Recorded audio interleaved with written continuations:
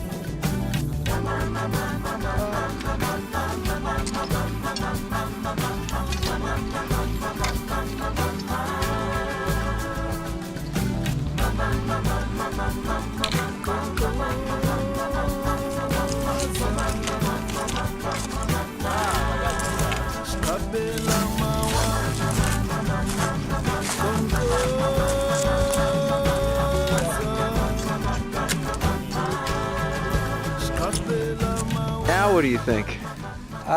It's a nice big feature. It's it's typical of the other ones we found. It's covered. It probably for most of its recent history has been covered by ice. Half of it's covered by ice now, and they normally, because of freezing of melt freezing in them, they have little layers of ice right underneath the rock, but that's okay. The thing that's striking about it is it's enormous.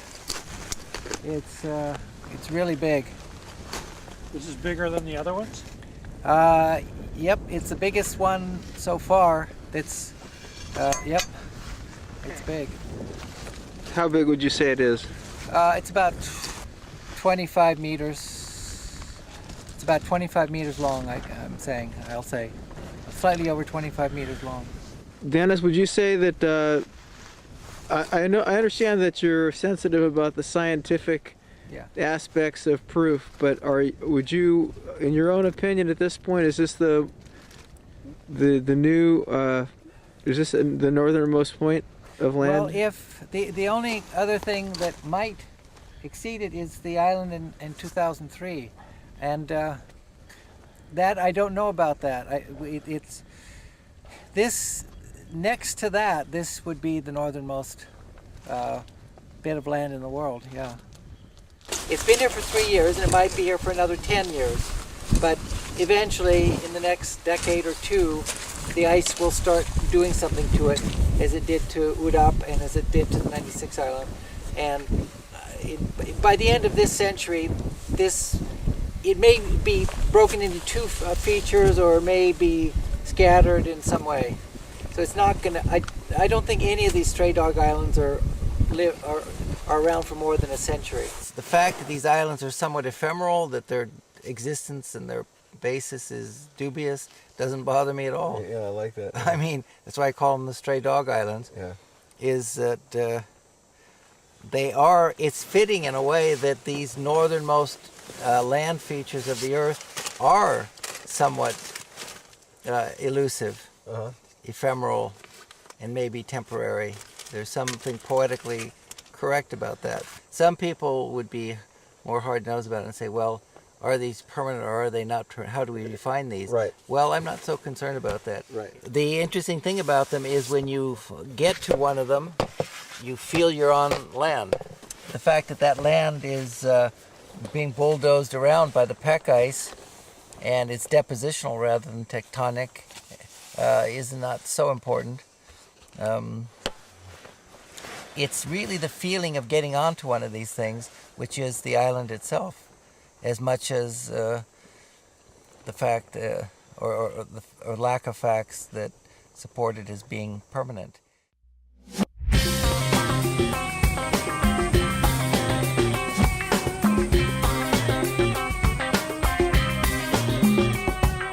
Outside the ancient rock lies 1,000 memories. Colors stretching all the minds that look. Won't we come and study these? Inside, deep within my mental lock, lies 1,000 tales of lore. Sometimes I get this feeling better now. It takes a lifetime to explore. Computerland, we took a turn somewhere. Where are we headed? Computerland, we took a turn somewhere. Where are we headed? To the evolution of our entire race, thinking of the choices with which we are faced. Computer minds, rational face, and program lines for outer space.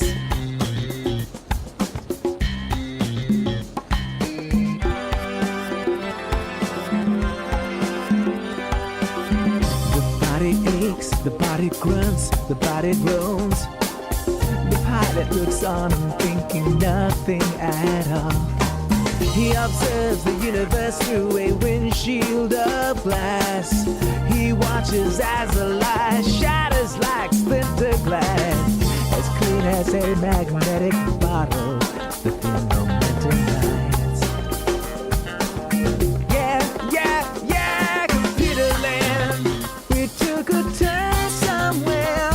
Where are we headed? Computerland, we took a turn somewhere. Where are we headed? To the evolution of our entire race, thinking of the choices with which we are faced. Yeah, yeah. Computer minds, rational face, and program lines for outer space.